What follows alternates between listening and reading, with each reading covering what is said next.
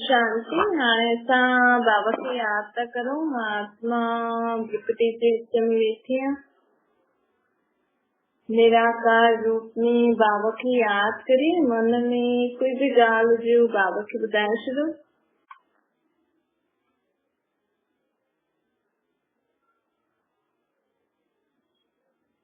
आत्मा पंहिंजे बाप परमात्मा खे सभु मन जी ॻाल्हियूं ॿुधाए थी।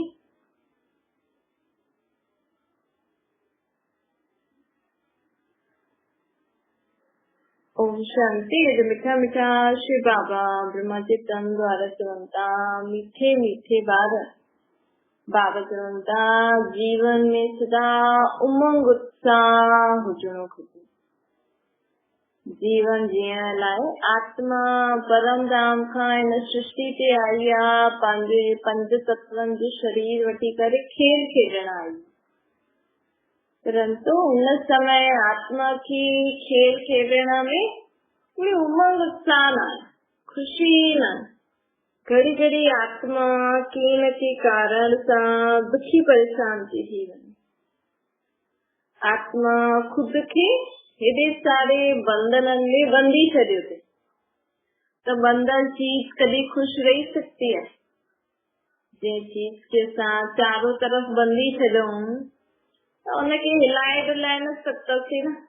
त उहो ई हिकु माण्हू के चारों तरफ सां माण्हू ॿधी छॾे हुनजो सभु तरफ सां, त उहो माण्हू केॾो बंधल, केॾो बेबस हूंदो न, केॾो दुखी परेशान थींदो, कुझु करे ई न पाईंदो।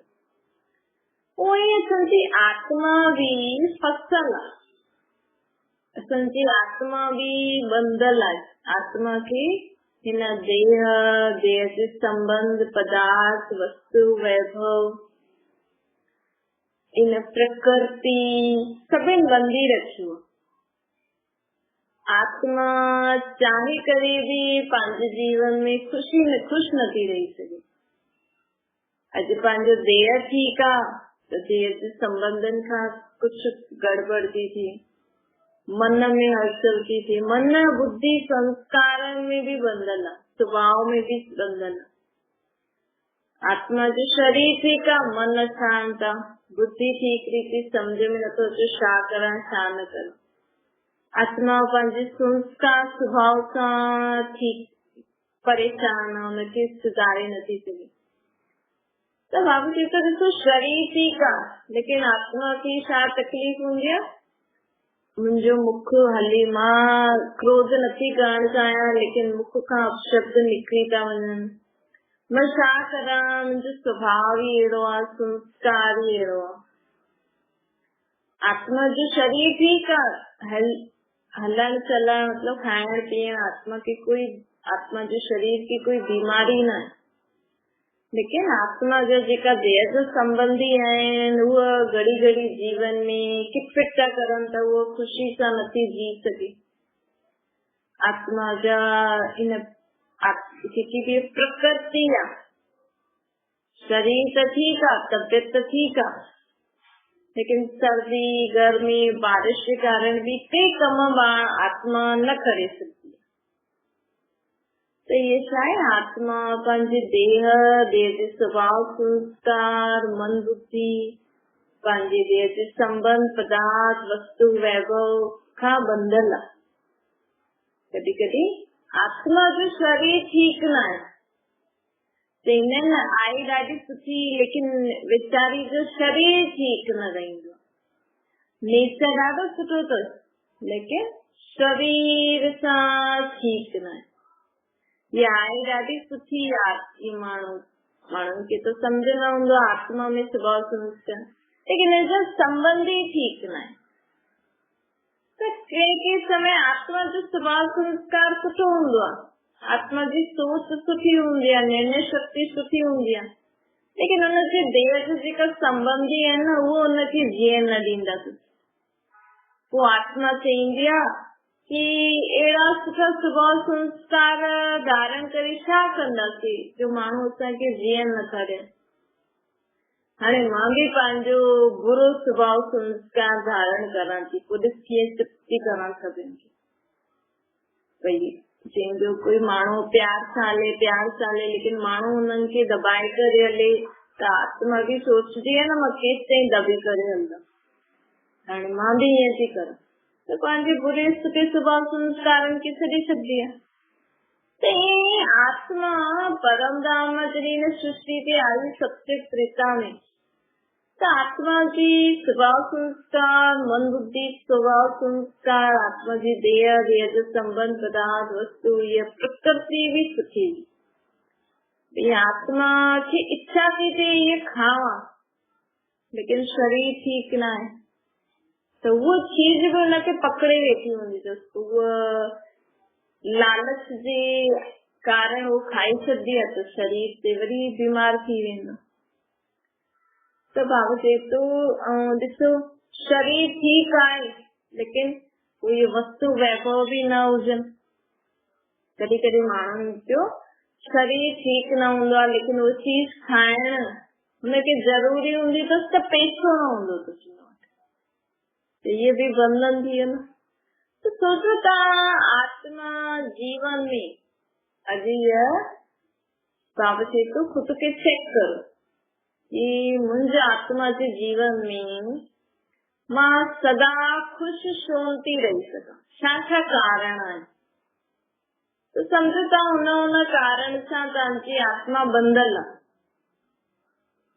जिनजे कारण सां खुश रहण चाहियो था लेकिन रही नथा सघो।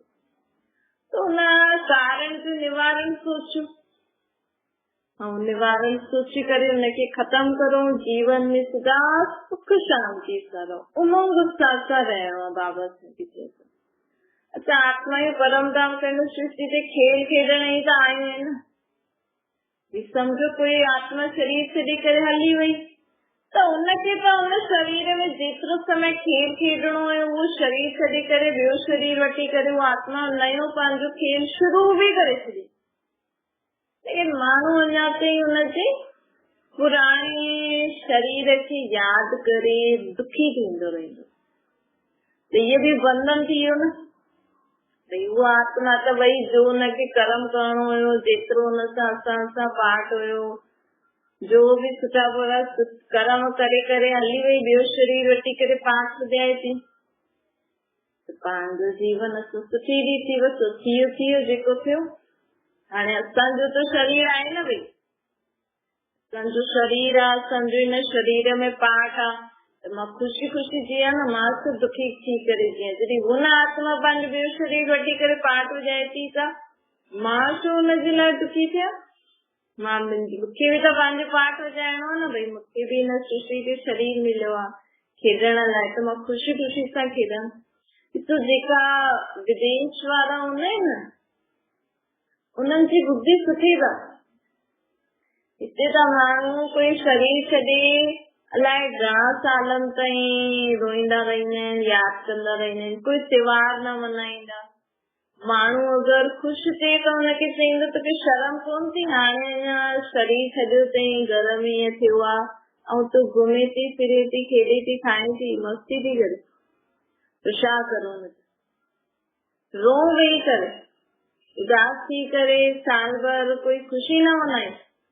वो आत्मा वञी करे ॿियो शरीर वरितई, हुनजे जाती शरीर वरितई, उते माण्हू ख़ुशी था मनाए।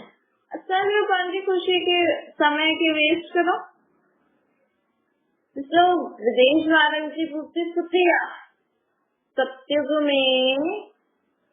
में हिकु आत्मा शरीर छॾिजी बस छॾे बस जलाए करे खत्म। बस जलाइण बि उहो त जेको उते हूंदो उहो जलाईंदो, उन्हनि जे कंहिंखे उहो न छो सभिनि खे सम्झ हूंदी आहे न भई आत्मा नयो पुराणो चोलो छॾे करे नयो चोलो वरितई, बस उन्हनि जो शरीर छॾे जलाए बस हुन खां पोइ पंहिंजो जीवन जीअं पोइ जेको उन्हनि जा माउ बाप वग़ैरह जेको हूंदी पोइ हुनजी जेको बि धंधो आदि जो बि कुझु हूंदो उहो संभालंदा वेही करे ख़ुशी मनाईंदा।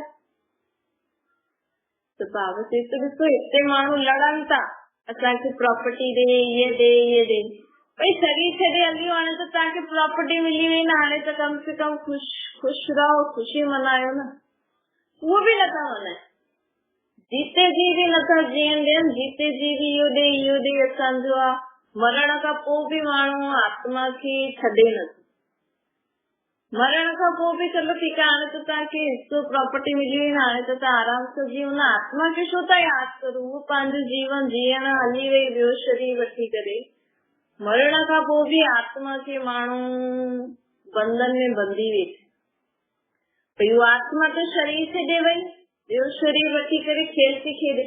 लेकिन अगरि असां उन आत्मा खे घड़ी घड़ी यादि कंदा आहियूं न, त असांजी दुख जी यादि उन ते पहुचदी आहे, त उहा आत्मा बि दुखी थींदी आहे। इन करे त बाबा चवंदा आहिनि, इहे त हिते माण्हू कंदा आहिनि 12 ॾींहं, महीनो, हर साल में वरसी, हर त्योहार ते शोक, जेसिताईं 1 साल हर त्योहार ते माण्हू मिलण ईंदा, शोक मनाईंदा। त इहे असां सुठो कमु नथा करूं, इहे असां हुन आत्मा खे दुख जा वाइब्रेशन था मोकिलूं।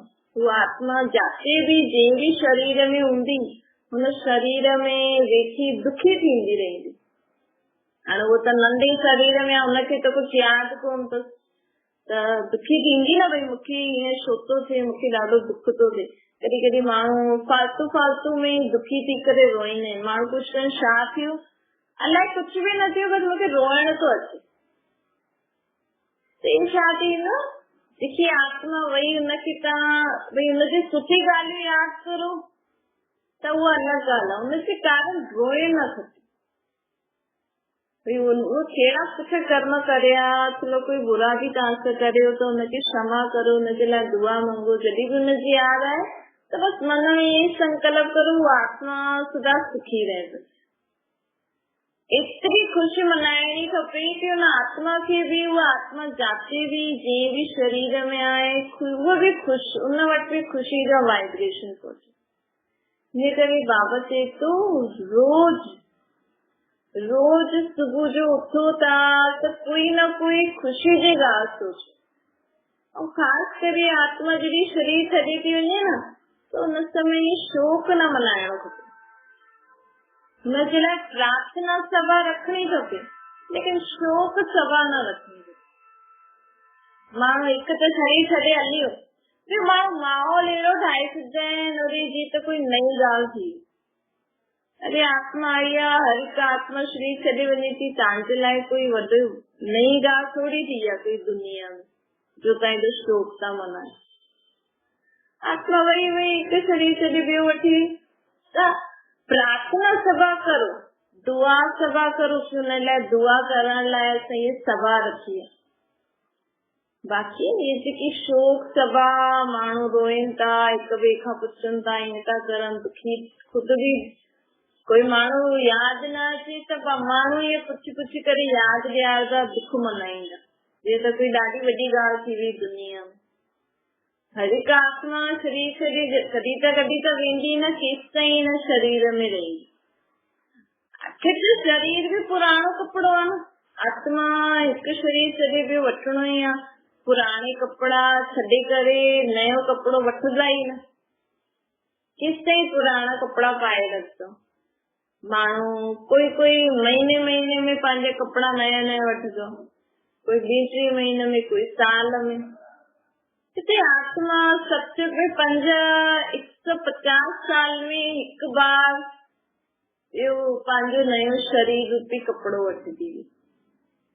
भला हर 150 साल में आत्मा पंहिंजो पुराणो शरीर रूपी कपिड़ो छॾे करे नयो वठंदी ख़ुशी सां।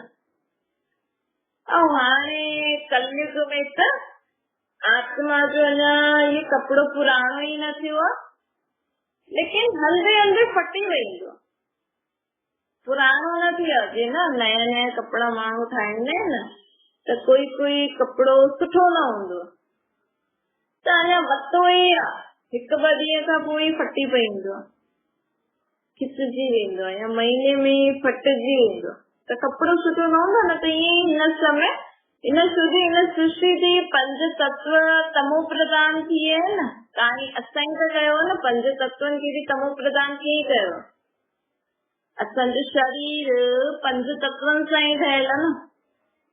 ये धरती सां जो असांखे खाइण पीअण लाइ चीजूं थी मिलनि, त आसमान सां, हवा सां, पाणी सां, सूर्य जी किरणनि सां, त इन 5 तत्वनि खे बिगाड़ियो था त तव्हांजो शरीर कीअं तंदुरुस्त रहंदो?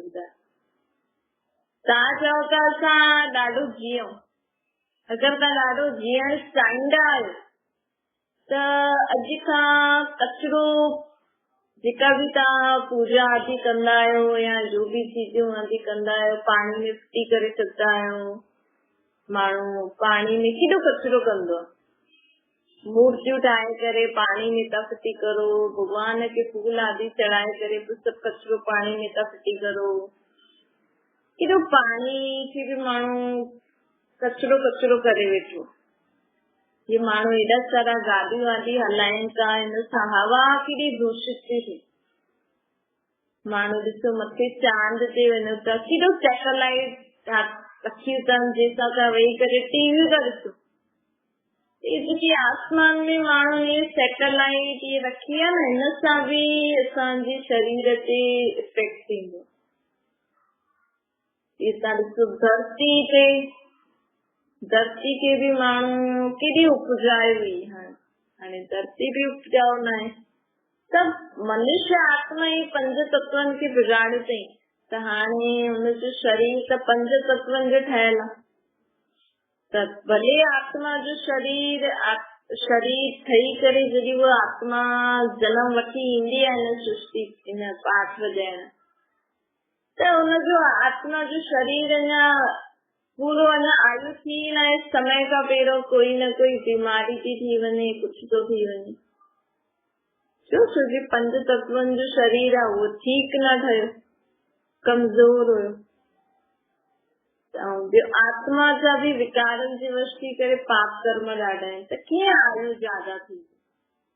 अगरि तव्हांखे पंहिंजी आयु ज्यादा करणी अथव त रोज खुद खे आत्मा समझी करे परमात्मा खे यादि करो ऐं विकारनि जे वश थी करे बुरा कर्म न करो। ऐं जेको बि तव्हां भोजन खायो था तो परमात्मा जी यादि में रही करे खाओ, ताकि हुन भोजन में ताक़त वधी वञे। बस माण्हू त पहिरियों ॾिसो भगवान खे यादि करे शुक्रिया करे खाईंदो हुयो शांति सां। इस समय माण्हू एॾी महिनत तो करे लेकिन वो रोटी भी शांति सां नथो करे। तो आराम सां टीवी ॾिसी खाईंदासीं, ॻाल्हियूं करे खाईंदासीं, मस्ती मजाक करे खाईंदासीं। रोटी असांखे रोटी जेकी तव्हां पैसा कमायो था रोटी जे लाइ त कमायो था, छो था कमायो रोटी जे लाइ? छोकी रोटी खाईंदासीं त शरीर तंदुरुस्त रहंदो। तो शरीर के तंदुरुस्त रखण लाइ रोटी खे परमात्मा जी यादि में खाइणु पवंदो। छोकी इहा रोटी बि जीअं असांखे जाता बि अचे थी भाॼी आदि उहा, त इहे बि माण्हू अलाए छा छा मिलाए करे दवायूं मिलाए करे उगाइनि था, छा था करनि छा नथा करनि ऐं कहिड़े मन सां ठाहिनि था, उनजो असर असांजे मन ऐं तन ते न पए। इन करे परमात्मा जी यादि में रही करे परमात्मा खे यादि करे भोजन खाइणो, ताकि असांजे भोजन में ताक़त वधी वञे, शुद्ध थी वञे भोजन। हिकु त विचारनि खां बि शुद्ध थी वञे। ॿियो अगरि कोई बि केमिकल दवाई आदि विझी करे हिनजी भाॼियूं वग़ैरह उगायूं अथनि त उनजो असर असांजे शरीर ते न पए। जेके बि पहिरियों विधि ठाती हुई न, ये सोचे समझी ठाती हुई, हाणे माण्हू हुनखे अपनाए नथो। चई तो असां बि पहिरियों जीअं 10 साल जीऊं, त पहिरियों माण्हू कीअं रहंदा हुया, सभु कुझु पंहिंजे शरीर सां ई कर्म कंदा हुया न। झाड़ू पोछो बर्तन मसाला सभु पंहिंजे पाण ई कंदा हुया, तो शरीर बि त हलंदो ई रहंदो न। अॼु ॾिसो कमु करण वारी मायूं जेकियूं आहिनि केॾो तंदुरुस्त थी वियो, केॾा हलंदा। ऐं इहे घर वारा जेका माण्हू आहिनि थोरो ई हिकु ॾींहुं माई न अची कमु करनि त बीमार थी वञनि। उहा केॾा माण्हुनि जा कम करनि थियूं, झाड़ू पोछो करनि थियूं, कपिड़ा थी धोइनि, हुननि खे त कमर में दर्द नथो थिए, हुननि खे त चक्कर नथा अचनि, हुननि खे त बीमारी नथी थिए, छो जो तव्हां वेठा वेठा आहियो न, इन करे बीमारी बि तव्हां वटि थी। तव्हां वेठा आहियो, हुननि जे मथां हुकुम था हलायो, चलो ठीकु आहे, तव्हां हुननि खे पैसा था ॾियो, पर ॾिसो मनुष्य आत्मा जी सोच ॾिसो, बस पैसा कमाइण में लॻा पिया आहिनि, लेकिन हुन पैसे खे काॾे था ख़तम करनि। हिकु त कम वारी मायुनि खे था ॾियनि, पोइ डॉक्टरनि खे था ॾियनि, खाइण पीअण बि न, छो जो बीमार हूंदो, शरीर ठीक न रहंदो त उहो खाइण पीअण बि बंदि थी वेंदो, त अहिड़ो पैसो कमायो ई छो था। तंहिंखां सुठो त पंहिंजो कर्म खुदि करो, ख़र्चो बि घटि थी वेंदो न। जेतिरो तव्हां कमायो था ओतिरो तव्हां मायुनि खे ऐं डॉक्टर खे था ॾियो, थोरो कमायो, घर जो दुकान ते बि पंहिंजो कमु खुदि ई कंदा रहो जेतिरो थी सघे। भई दुकान ते बि माण्हू सेठ गद्दी ते वेही रहंदो, बाक़ी कम करण वारा कम कंदा, सेठ खे बीमारियूं थींदियूं आहिनि, घर में बि जो सेठानी ठही वेठी आहे हुनखे बीमारी थींदी। त अहिड़ो जेतिरो थोरो सो कमु करो, खुदि ई कमु करो, जेतिरो कमायो था हुनमें खाओ पीओ मौज करो, त फालतू डॉक्टरनि ऐं मायुनि खे त पैसो न ॾियो न। त ॾिसो माण्हू जी सोच कहिड़ी थी वई आहे, पोइ हुनजो परिणाम बि ॾिसनि था। त बाबा चए थो पहिरों न सोचो, बसि ईअं न सोचो असां पहिरों जीअं ख़ुशि रहूं, पहिरों जीअं असांजी वॾी आयु थी वञे, लेकिन पहिरों माण्हू कंहिं सोच सां, कंहिं विधि सां जींदा हुया, कीअं पंहिंजो कमु सभु कंदा हुया फुर्तीले सां। अॼु त माण्हू ॿारनि खे बि उथायो, उन्हनि खे सभु चीजूं हथ में ॾियो, ॿार बचपन खां ई असां ॿारनि जी आदत बिगाड़े था रखूं। जीअं ॿार वॾो थिए, सम्झ थिए, पंहिंजो कर्म हुनखे खुदि करणु सेखारिणो खपे। पंहिंजो उन्हनि जे लाइ बि मायूं रक्षित आहे, भई इहे हिनजो कमु कंदी। त बाबा चए थो हाणे जीवन जीअण जी विधि खे बदिलो, पंहिंजो कमु जेतिरो थी सघे खुदि करो। जेकी बि तव्हां रोटी खाओ था उहो शांति सां परमात्मा खे यादि करे खाओ, हेॾे होॾे ध्यानु ॾेई करे ॻाल्हियूं सोचे करे रोटी न ठाहियो न खाओ, ॾिसो तव्हां कीअं तंदुरुस्त था रहो। सदा खुदि खे आत्मा सम्झी परमात्मा खे यादि कंदा रहो। छा मीठी मीठी सिकिल जे ॿारनि छुटी माता पिता बाप दादा जो यादि प्यार ऐं गुड मॉर्निंग। रूहानी बाप जी सभिनि रूहानी ॿारनि खे नमस्ते। असांजी बि रूहानी माता पिता बाप दादा खे यादि प्यार गुड मॉर्निंग ऐं नमस्ते। वरदान आहे ज्ञान गुण शक्ति रूपी खजाने द्वारा संपन्नता जो अनुभव करण वारा संपत्तिवान ठो। हिन समय माण्हू सोचदा जंहिं वटि वॾा वॾा बंगला आहिनि, गाॾियूं आहिनि, जो सुठा सुठा कपिड़ा आहिनि, उन्हनि वटि संपत्ति ज्यादा आहे। ये तो ॿाहिरां जी संपत्ति थी, लेकिन हिन समय माण्हुनि वटि वॾा वॾा जेका महलनि में रहण वारा बि कहिड़ी संपत्ति जे लाइ भगवान जे अॻियां उहो बि हथ फैलाईंदा। सोचो, हिकु त सड़क ते जेका माण्हू हथ फैलाईंदा आहिनि उहो त रोटी पाणी कपिड़े जे लाइ फैलाईंदा आहिनि, लेकिन वॾा वॾा महलनि में रहण वारा, वॾी वॾी गाॾियुनि में घुमण वारा माण्हू बि कहिड़ी संपत्ति जे लाइ परमात्मा जे अॻियां भगवान जे अॻियां हथ फैलाईंदा।